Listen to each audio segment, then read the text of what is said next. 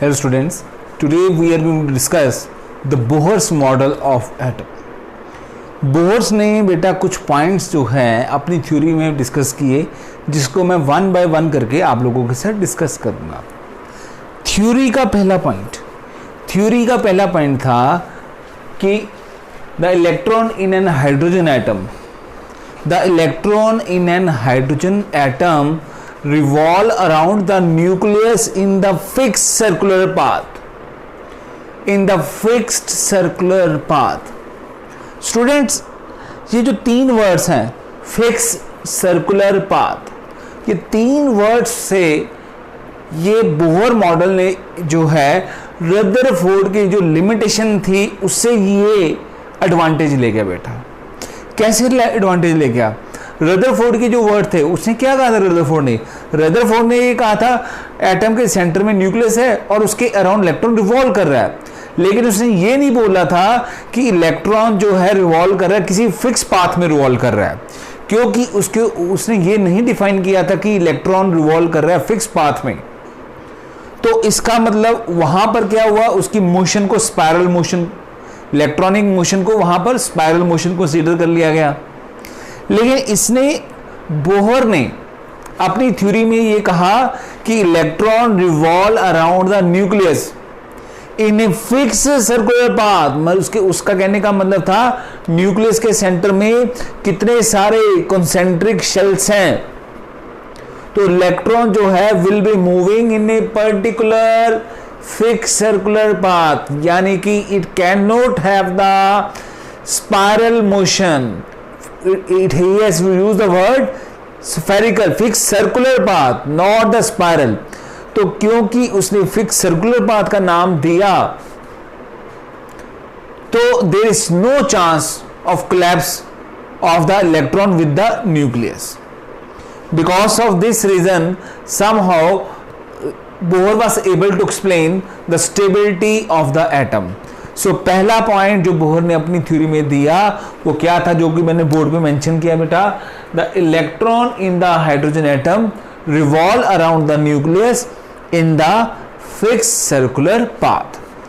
Theory का दूसरा point क्या था वो सुनिएगा ध्यान से।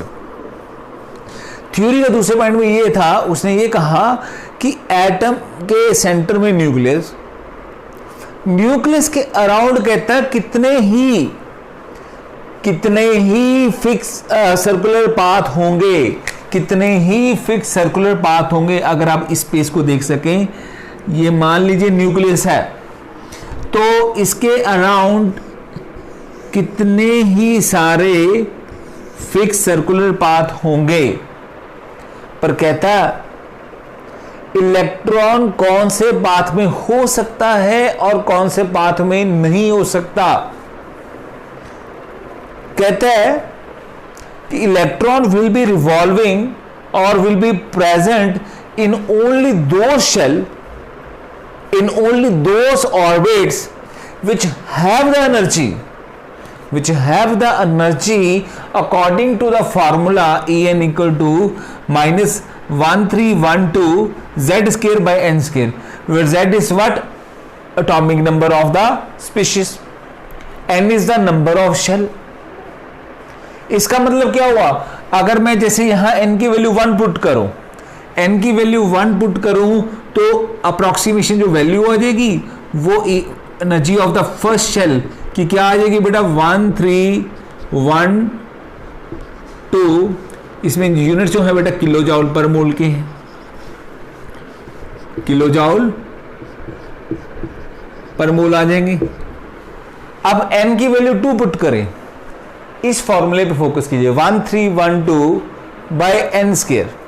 n की वैल्यू 2 पुट करें तो 2 की वैल्यू जो पुट करिए 2 का स्क्वायर 4, तो En second shell minus 1312 by 4, जो भी वैल्यू आए, इसका मतलब क्या, लेट ये वैल्यू x है इक्वल टू x।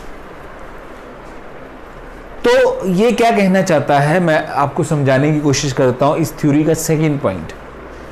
कहता है इलेक्ट्रॉन के न्यूक्लियस, सेंटर में न्यूक्लियस है, न्यूक्लियस के अराउंड शेल्स तो बहुत हैं, कितने सारे कॉन्सेंट्रिक शेल्स हैं, पर इलेक्ट्रॉन कोई अरे गहरे शेल में प्रेजेंट नहीं होगा। इलेक्ट्रॉन उसी शेल में प्रेजेंट होगा जिस शेल की एनर्जी किसी पॉसिबल वैल्यू ऑफ एनर्जी जो इस फॉर्मूले से ड्राइव की जा सके उससे मैच करती हो। अगर मान लीजिए किसी शेल की एनर्जी जो न्यूक्लियस के अराउंड है, कोई सर्कुलर पाथ की एनर्जी जो न्यूक्लियस के अराउंड है, वो एनर्जी की वैल्यू ड्राइव नहीं हो सकती इस फॉर्मूले से। कोई भी n की वैल्यू 1 पुट करके, n की वैल्यू 1 पुट करके, 2 पुट करके, 3 पुट करके, 4 पुट करके, 5 पुट करके, कुछ भी करके, अगर n की कोई भी वैल्यू पुट करके एनर्जी की वैल्यू जो ऑब्टेन हो रही है, अगर वो ड्राइव नहीं हो सकती, तो इसका मतलब ये हुआ कि इलेक्ट्रॉन जो है उस शेल में प्रेजेंट नहीं होगा। यानी कि बोहर ने क्या कहा? बोहर ने कहा इलेक्ट्रॉन कौन से शेल में प्रेजेंट होगा? इलेक्ट्रॉन कौन से शेल में प्रेजेंट होगा? इलेक्ट्रॉन उन्हीं शेल में प्रेजेंट होगा जिस शेल की एनर्जी की वैल्यू इस फॉर्मूले की किसी n वैल्यू को ड्राइव करके जो ऑब्टेन हो सकती है उससे मैच कर रही हो। अब इसका मतलब ये हुआ स्टूडेंट्स, ये देखिए ये न्यूक्लियस का पहला शेल है। अब मान लीजिए हमने इनकी एनर्जी को चेकआउट किया, देखने में तो आपको ये लग रहा है कि ये शेल पहला शेल, ये शेल दूसरा शेल, ये थर्ड शेल, लेकिन बोहर ने क्या कहा? बोहर ने कहा कि पहला शेल कौन सा होगा? पहला शेल कौन सा होगा? पहला शेल वो शेल होगा जिसकी energy equal to 1312 kilo joule पर मोल हो। अब मान लीजिए लेट अस सपोज कि न्यूक्लियस के अराउंड ये जो अलग अलग शेल्स हैं, हमने एनर्जी कैलकुलेट की, पहले शेल की एनर्जी इतनी नहीं है, इस शेल की एनर्जी है लेट 1312, तो पहला शेल फिर कौन सा कंसीडर होगा? ये शेल होगा। क्यों? क्योंकि ये जो वैल्यू है इसमें तो इलेक्ट्रॉन होगा ही नहीं। लोएस्ट वैल्यू ऑफ एनर्जी कितनी है इलेक्ट्रॉन की बेटा? 1312। लोएस्ट वैल्यू ऑफ एनर्जी के 1312। इसका मतलब क्या हुआ? इसका मतलब इलेक्ट्रॉन अगर हो सकता है तो इससे नीचे नहीं हो सकता, क्योंकि ये शेल पहला शेल कंसीडर किया जाएगा। उसके नीचे अगर कोई शेल हुआ उससे कम एनर्जी वाला कोई शेल हुआ तो वो इलेक्ट्रॉन जो है बोहर के अकॉर्डिंगली उस शेल में प्रेजेंट नहीं होगा।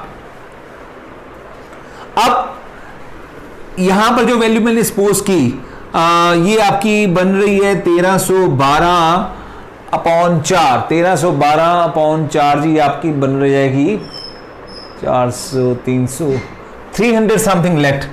मेरी कैलकुलेशन गलत भी हो सकती है, मैं बिना कैलकुलेशन किए ही वैल्यू को चेक कर रहा हूँ। लेट इट इज 326 कुछ भी है, आई हैव नॉट कैलकुलेट, एक रफ ऐसे बोल दिया बेटा मैंने, ठीक है। तो मान लीजिए कि सेकंड शेल इसको सॉल्व किया तो 326 आया, I am not calculate, okay. तो इसका मतलब क्या हुआ? अगर ये कैलकुलेशन ठीक है तो 326, इसका मतलब सेकंड शेल कौन सा होगा? मैं कॉन्सेप्ट समझाना चाह रहा हूं आपको। सेकंड शेल कौन सा शेल होगा?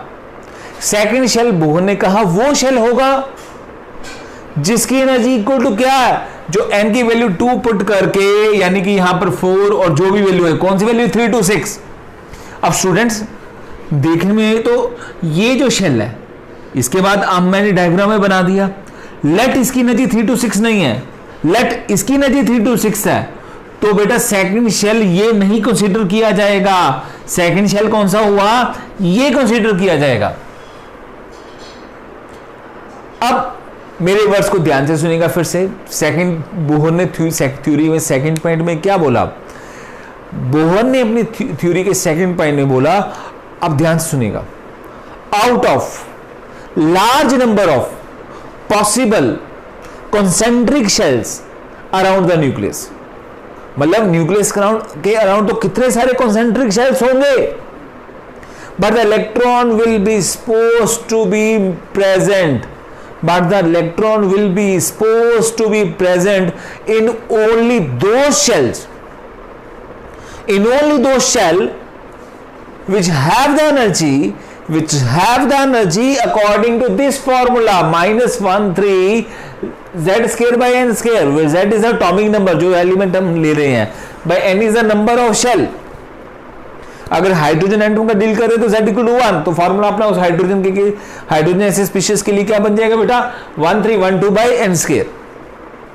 I hope so the point number 2 will be clear. अब पॉइंट नंबर 2 के बाद पॉइंट नंबर 3 में हम चलते हैं. पॉइंट नंबर 3 में बोहर ने क्या कहा, the energy of electron in an atom is quantized. अब मैं आपको पहले ये थर्ड पॉइंट को और डिटेल में डिस्कस करने से पहले क्वांटाइज का मतलब समझाना चाहता हूं. बेटा क्वांटाइज का मतलब हुआ fix set of values, fix set of values. अब फिक्स सेट ऑफ वैल्यूज का मतलब क्या हुआ, वो उसको मैं प्रैक्टिकली एग्जांपल के थ्रू समझाता हूं. स्टूडेंट्स अभी तो आजकल क्या है, मोबाइल वगैरह चल रहे हैं कॉलिंग के लिए, राइट. टेक्नोलॉजी डेवलप हो चुकी है. लेकिन अगर मैं आपके साथ आप चलूं पास्ट में, आज से अराउंड 25 साल के पहले, 25 साल के आसपास, स्टूडेंट्स एग्जाम्पल बता रहा हूं आपको, क्वांटाइज का मतलब समझाने का मेरा टारगेट है. तो 20-25 साल पहले की अगर मैं बात करूं, उस टाइम पे मोबाइल्स की ये फैसिलिटी अवेलेबल नहीं थी. तो हमको क्या है ना, अगर आउट ऑफ स्टेशन कॉल करना है तो जनरली, क्योंकि लैंडलाइन भी कम होते थे लोगों के घर में, तो we generally go to the shops called STD PCO. अब वो एसटीडी पीसीओ में क्या होता था बेटा, कि एक गवर्नमेंट ने एक रूल रखा हुआ था. रूल क्या रखा हुआ था कि लेट अस सपोज आपने जो कॉलिंग करने जा रहे हो, अमृतसर से दिल्ली करने जा रहे हो. अमृतसर से दिल्ली अगर आप फोन करने जा रहे हो, लेट डिस्टेंस इतना है, इसका मतलब ये हुआ कि हर 1 मिनट की डिस्कशन का, कॉलिंग का आपको 4 रुपए कॉस्ट करेगा. 4 रुपए कॉस्ट करेगा. अब वो मीटर कैसे मूव करता था, आपके अपने पेरेंट्स से डिस्कस करें तो वो आपको बताएंगे ऐसे ही होता था. ये जो मीटर कैसे चलता था, बिल कैसे बनता था, वो आपके साथ शेयर करता हूँ बेटा. आपके पेरेंट्स ने लेट अस सपोज फोन किया, उधर से आपके पेरेंट्स कॉल कर रहे हैं, उधर मीटर में सेकंड्स आ रहे हैं. आपके पेरेंट्स ने अगर बात की और 60 सेकंड तक कर लिया पहले, और मान लो 4 रुपए का 4 रुपीज का क्राइटेरिया सेटअप हुआ है पर मिनट का, तो आपके वो कॉलिंग का वो बिल आएगा कितना बेटा, 4 रुपीज. अगर वो 60 सेकंड के बाद जैसे ही 61 सेकंड की डिस्कशन कॉलिंग हो गई, तो वो मीटर बेटा जंप कर गया. मीटर जो है वो बिल वाला मीटर जंप करके 4 से सीधे 8 शो करेगा. अब ये 8 रुपए का बिल कब तक रहेगा, 120 सेकंड्स तक. अब 120 सेकंड तक 8 रुपए ही आपको पे करने होंगे. 120 को जैसे क्रॉस किया, चाहे 1 सेकंड भी क्रॉस कर दिया, तो बिल कितना बन जाएगा, 12 रुपीज एंड सो ऑन. इसका मतलब क्या हुआ, इसका मतलब ये हुआ कि लेट अस सपोज हमारा फैमिली मेंबर उस टाइम पे अगर कॉलिंग करने गया और उसको पता लग जाए कि पर मिनट 4 रुपए है, और उसको कहा जाए कि आप कॉल करने जा रहे हो, तो आप बताइए कि आपकी क्या एक्सपेक्टेशन है, जो आप पे करोगे वो बिल कितना बनेगा. तो बेटा आंसर क्या होगा, आंसर ये होगा कि either it will be 4 rupees और 8 रुपीज और 12 रुपीज और 16 और 20, 24 एंड सो ऑन. इसका मतलब क्या हुआ, इसका मतलब ये हुआ कि आपकी अब बिल क्या होगा, एक फिक्स सेट ऑफ वैल्यूज हो गई, एक फिक्स सेट ऑफ वैल्यूज हो गई. ये फिक्स सेट ऑफ वैल्यूज किसी चीज का होना, इसी को हम बोलते हैं कि क्वांटाइज्ड होना, कि वो बिल जो है वो क्वांटाइज्ड है। क्वांटाइज का मतलब फिक्स सेट ऑफ वैल्यूज है, मतलब ये पॉसिबल वैल्यूज हैं और इन पॉसिबल वैल्यूज में से कोई पर्टिकुलर वैल्यू होगी। अब मैं वापस आता हूं बोहर के इस पॉइंट पे, थोड़ा क्वांटाइज की डिस्कशन करने के बाद बोहर ने कहा कि energy of electron in an atom is quantized. Quantize, हाँ, अब क्वांटाइज का मतलब क्या हुआ कि उसने कहा कि इलेक्ट्रॉन की एनर्जी जो है उसकी कुछ फिक्स सेट ऑफ वैल्यूज होंगी। वो कैसे बेटा? बेटा उसने क्या कहा, सेकंड पॉइंट पे वापस चलते हैं। उसने क्या कहा सेकंड पॉइंट में? सेकंड पॉइंट में उसने कहा electron will be revolving around the nucleus in only those circular path which have the energy according to this formula. अब इसका मतलब ये क्या हुआ कि फर्स्ट शेल कौन सा होगा जिसकी एनर्जी कितनी हो 1312। सेकंड शेल कौन सा होगा जिसकी एनर्जी कितनी हो 1312 डिवाइड बाय 4। थर्ड शेल कौन सा होगा जिसकी एनर्जी कितनी हो 1312 डिवाइड बाय 3 का स्केयर यानी कि 9। चौथा शेल कौन सा होगा जिसकी एनर्जी 1312 माइनस साथ में होगा -1312 बाय 16। इसका मतलब क्या हुआ? इसका मतलब यह हुआ कि एक गिवन एटम के अंदर जो इलेक्ट्रॉन होगा उसकी एनर्जी की वैल्यू क्या क्या हो सकती है, क्या क्या हो सकती है। तो बेटा ये जो वैल्यू है कौन कौन सी value 1312 divide by 1, 1312 divide by 4, 1312 divide by 9, 1312 divide by 16। ये जो वैल्यूज आएंगी ये तो पॉसिबल वैल्यूज है ना बेटा। अब 1312 डिवाइड बाय 1 और 1312 डिवाइड बाय 4 के बीच में भी तो कुछ मैथमेटिकल वैल्यूज होंगी ना बेटा। लेकिन बोहर ने क्या कहा?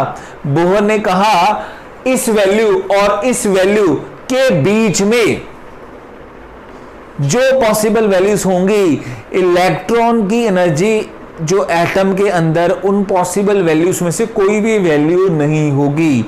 या तो इलेक्ट्रॉन की एनर्जी ये होगी, या तो एनर्जी ये होगी, या तो एनर्जी -1312 डिवाइड बाय 9 होगी एंड सो ऑन। तो ये तो बेटा आप कंपेयर करो ना, तो ये केस क्या हुआ? ये तो केस वैसे ही हो गया ना जैसे बिल की वैल्यू की बात एग्जांपल दे रहे थे कि bill can be 4 rupees, 4 rupees, bill can be 8 rupees, bill can be 12 rupees, bill can be 16 rupees. इसका मतलब energy electron can be this, can be this, can be this, can be this. अब bill को जो है 4 रुपये होगा, bill होगा 8 रुपये। अब 4 रुपये और 8 रुपये के बीच में भी तो कुछ रुपीस हैं, कुछ वैल्यूज हैं, 5 रुपये, 6 रुपये, 6.5 रुपये, 7 रुपये एंड सो ऑन। लेकिन जो बिल आपका पे बनेगा क्वांटाइजेशन हुई पड़ी है तो बिल या तो होगा 4 या होगा 8। 4 और 8 के बीच में जो वैल्यूज हैं वो वैल्यूज का बिल आपका नहीं होगा। उसी तरीके से एनर्जीज की वैल्यू तो पॉसिबल है, लेकिन इलेक्ट्रॉन की जो एनर्जी है एटम के अंदर वो एक particular fix set of values हैं। इलेक्ट्रॉन की एनर्जी होगी तो या तो ये होगी, या तो ये होगी, या -1312 बाय 9 होगी। इन पॉसिबल वैल्यू के बीच में जो वैल्यूज हैं वो वैल्यू ऑफ जो एनर्जी है वो इलेक्ट्रॉन की नहीं होगी, यानी कि इलेक्ट्रॉन उन शेल में प्रेजेंट ही नहीं होगा, मूव ही नहीं करेगा जिन शेल की एनर्जी इन एनर्जीज के इंटरमीडिएट कुछ बीच में आ रही हो। तो इसने अपने थर्ड पॉइंट में कहा energy of electron in an atom is quantize. It means what? It means energy of electron in an atom will have a fixed set of values. Out of these values electron can have any of the value. This is the meaning of the third point. Moving to the next point. Students, momentum की बात करते हैं। Momentum, linear momentum पढ़ा होगा आपने physics में 9th में level पे। Mass into velocity, the product of mass into velocity of a body we call to be linear momentum. और स्टूडेंट्स अगर बॉडी, कोई भी बॉडी लीनियर पाथ नहीं बल्कि सर्कुलर पाथ मूव कर रही है तो जो उसका मोमेंटम डिफाइन किया जाता है वो लीनियर मोमेंटम की टर्म में नहीं बल्कि एंगुलर मोमेंटम की टर्म में डिस्क्राइब किया जाता है। और स्टूडेंट्स आपको बताना चाहूंगा, फिजिक्स में आप और डिटेल में बाद में पढ़ेंगे, angular momentum of a body is given by what? It's given by the product of linear momentum, that is mv, into the radius of the circular path in which the body is moving. मतलब overall angular momentum of a body is given by mvr. mv यानी कि linear momentum, r is the radius of the circular path. तो Bohr ने क्या कहा? Bohr ने अगला point number 4 में कहा like energy angular momentum that is mvr of an electron in the an atom is also quantized. मतलब क्या कि एनर्जी की तरह एंगुलर मोमेंटम की जो वैल्यूज है इलेक्ट्रॉन, क्योंकि वो भी सर्कुलर पाथ है ना बेटा, तो उसका मोमेंटम एंगुलर मोमेंटम की टर्म में डिस्क्राइब किया जाएगा। तो like energy angular momentum of an electron in an atom is also quantized। क्यों उसने ऐसा कहा? क्योंकि बेटा उसके पास जो एंगुलर मोमेंटम का रिजल्ट था, जो फॉर्मूला उसके पास था, वो फॉर्मूला था mvr equal to nh upon 2 pi, where n is what? N is the number of shell in which electron is supposed to be present. H is what? H is a constant called Planck's constant, हम last class में discuss कर चुके हैं, जिसकी value क्या होती है? H की वैल्यू होती है बेटा 6.62 इंटू 10⁻34 जॉल सेकेंड, इसके बेटा यूनिट्स होते हैं। अब देखिए ना बेटा, अगर मैं n की वैल्यू 1 पुट करता हूं तो एंगुलर मोमेंटम की वैल्यू जो सामने आएगी वो क्या आएगी? h अपॉन 2 पाई, जो भी सॉल्व करके वैल्यू आ जाए। अब n मान लो सेकेंड शेल में इलेक्ट्रॉन मूव कर रहा है, तो फिर n की वैल्यू क्या होगी बेटा? n की वैल्यू 2 होगी। अब n की वैल्यू यहां पर मैं 2 पुट कर दूंगा तो ओवरऑल ये क्या बन जाएगी वैल्यू? h upon pi. मान लीजिए इलेक्ट्रॉन थर्ड शेल में मूव कर रहा है, थर्ड शेल में मूव कर रहा है तो n की वैल्यू क्या होगी? 3। अब n की वैल्यू 3 होगी तो एंगुलर मोमेंटम का एक्सप्रेशन की वैल्यू क्या होगी?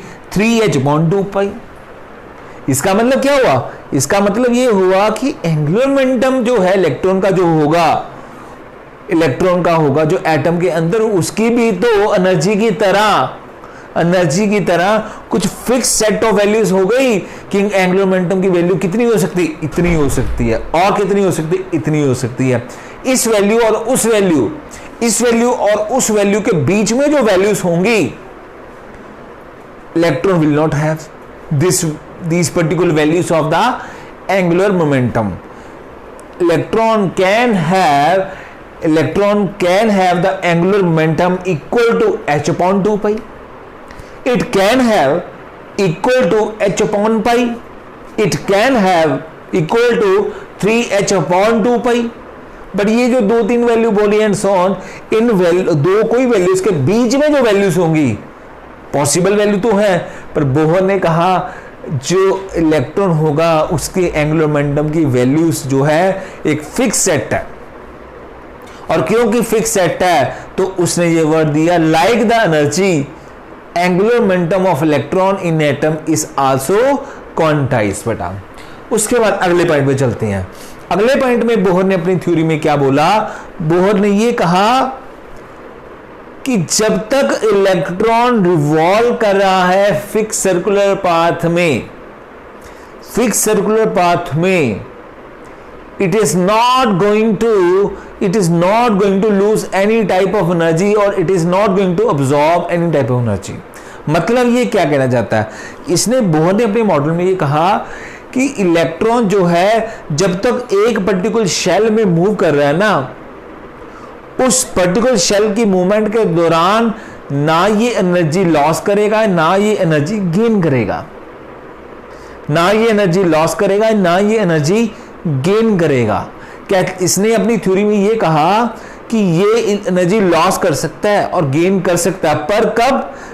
ये तब जब ये इलेक्ट्रॉन एक शेल से दूसरे शेल पे जाएगा।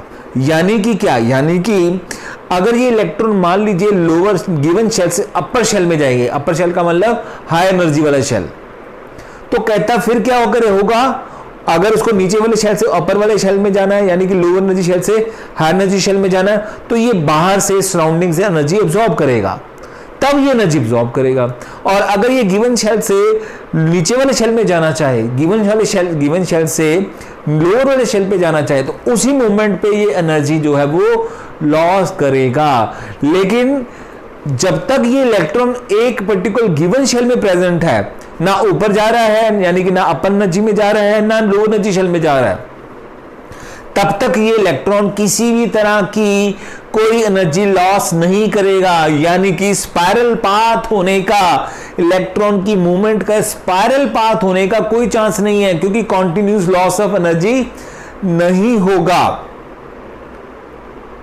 और लास्ट में इस थ्योरी के अगले अपने जो लास्ट पॉइंट में बोला कि लोवेस्ट वैल्यू जो है इलेक्ट्रॉन की, lowest value of energy of electron जो है वो क्या होगी बेटा, उसने कहा 13 - 1312।